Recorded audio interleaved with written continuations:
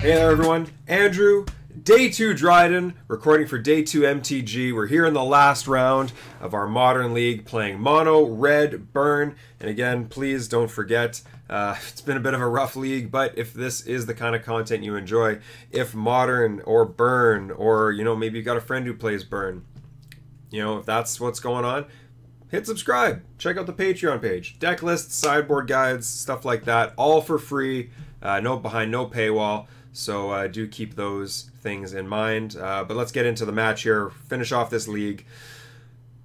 Looks like a great hand. 2 lands, which has been something we've been struggling with the last couple games. Yeah, 2 lands into what looks like a pretty fast clock for our opponent here. I'm gonna hold on to the fetch land because of the Searing Blaze. Okay, I was going to say, I don't know what they're going to play. Maybe it's not even a deck where I want Searing Blaze, but it looks like it is. Oh, that's it? That's weird. Okay. Well, this is strange. I guess I'm just going to attack, but yeah, I guess I'll just play out this Eidolon. Part of me wants to hold up Searing Blaze, but when I don't know what I'm up against, and they just get a basic forest? I don't know, that's weird. Ha! Okay, sure. Well, it's a deck that plays fetch land into basic forest and doesn't like Eidolon. So I'm assuming this is some sort of a like toolbox creature deck. So we could shave a Lava Spike and maybe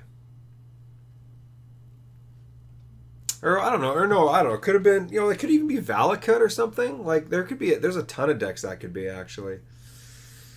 Yeah, it's smart of them to maybe concede early. That was good. Okay, well, I don't think I want Graveyard Hate.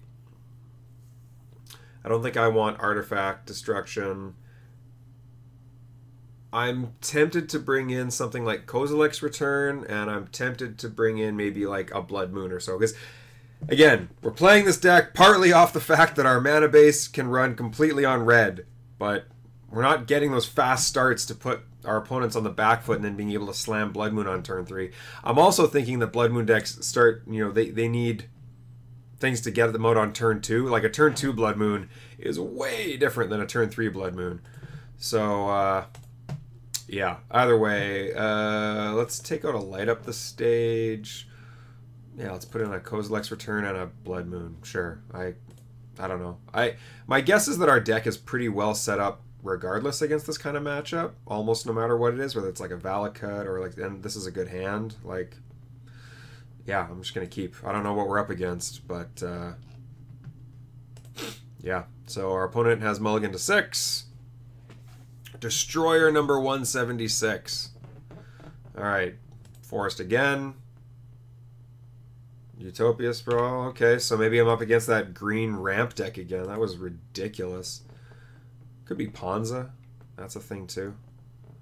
Let's just play a basic. Alright, let's get some information here.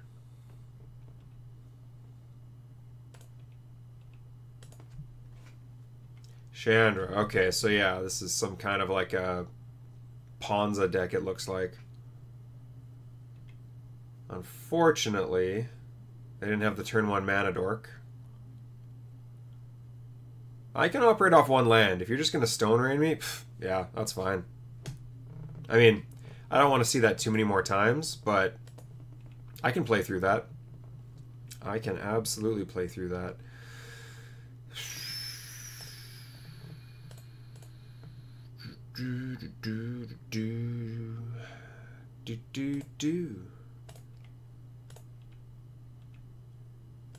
You're playing Blood Moon? Alright, that's fair. That's funny. Oh, go ahead. Play all the Blood Moons you want. I got news for you. It's not going to do much. It's going to keep me from drawing lands, but I'm just going to curve out.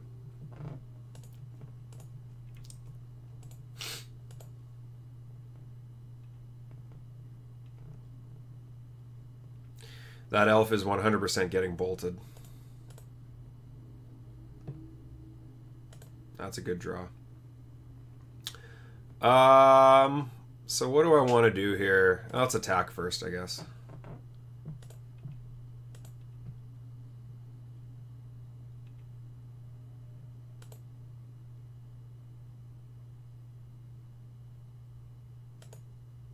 Sure. Yeah, let's do let's do this now. Sure.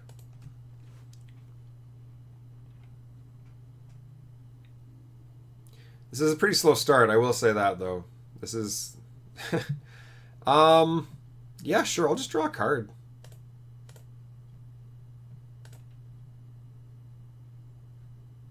Like, you're slowing I'm slowing myself down, but like you're slowing yourself down. You're giving me time to just draw into stuff. This is fantastic.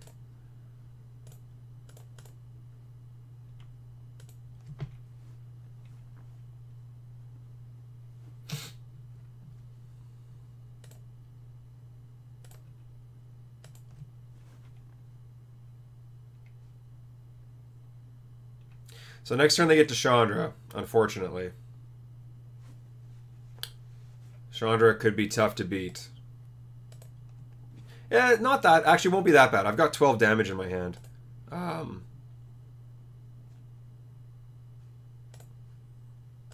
Yeah, I've got 12 damage in my hand. I'm about to hit them for 2. So I think we're in pretty good shape here. But we'll see. I think they were just, like, I don't know. Like, against... You know what? Hey, for once, the mono-red mana base was great. It was great. Our opponent brought in Blood Moon. Well, nuts to you, because guess what? We brought in a Blood Moon. Sure. Kill Chandra. I've just got lethal now. So, it worked out. We were able to get there in the end. Actually, here, let's just do this. Technically, that's better. Here, let's get some more information. Let's make our opponent think they got a chance.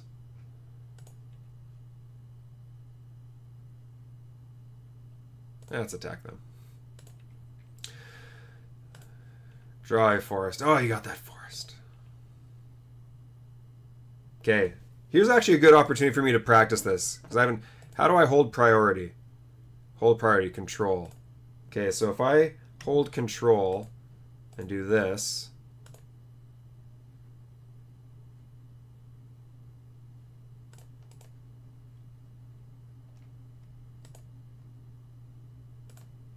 No, that's not how it works. Yeah, okay, so I need to make sure I practice that in case I actually do need to know how to do that at one point. I should go into the tournament practice area and practice that. Okay, so we went 2 and 3. Not great. A couple games with bad luck. A couple games with some bad plays. But overall, not bad. This deck is still very playable, right? Like, because that's the reason I wanted to try out Blood Moon. Even if it's not that great against your opponent, you're still just playing like, for, 75% or so of a regular burn deck. You know, like, yeah, the racing situations are a bit harder without Lightning Helix, and yeah, it's a little more clunky with things, without the 2-mana 4 damage spell like Boros Charm, but overall, like, you're still able to get your main game plan going, and a lot of those hands that we started with, like, they just looked like normal burn hands, right? So I thought it was something worth trying out. If you can't cheat out a Blood Moon on turn, like, 1 or 2, and even then, with the mana base we have, right, I'm playing 20 lands, right? We don't always hit 3 lands on turn 3. Maybe this was a little ambitious of me. Maybe that was a bit, like, of an overreaction, but I wanted to try it out, and, if... How do I put it? If other people are thinking the same thing, now there's going to be, a few hundred people who probably see the videos, and, they'll be like, oh, like, Andrew tried it. This is what his experience was. Now maybe I don't have to go to my local game store and spend, like, my one Friday Night Magic a week trying it out, So I like to try things like that, mix things up a bit. Pretty sure the next video series I do, though, it seems like there's a lot more enchantments and things running around. So I'm actually debating playing a green splash again, which I haven't done for a long time. But the hard thing for me is making the mana base. I'm trying to figure out how to get the mana base balanced so that I like it.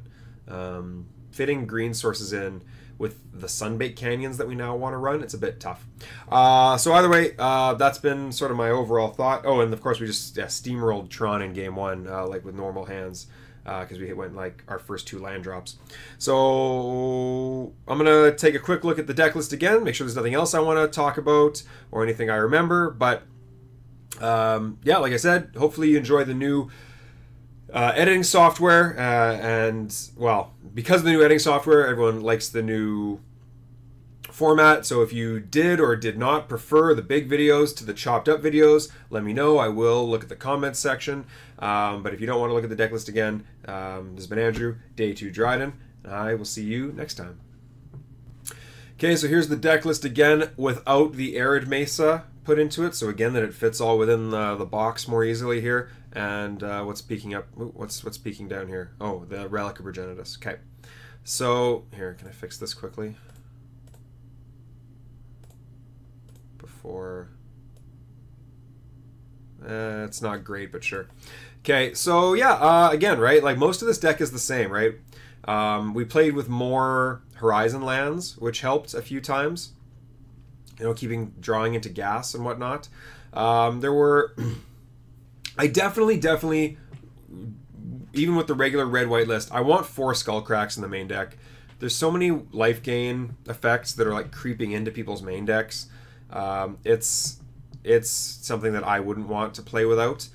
I still think the 3 Searing Blaze is fine. You could play 4, you could play 2, but I think 3 or 4 is probably the right number.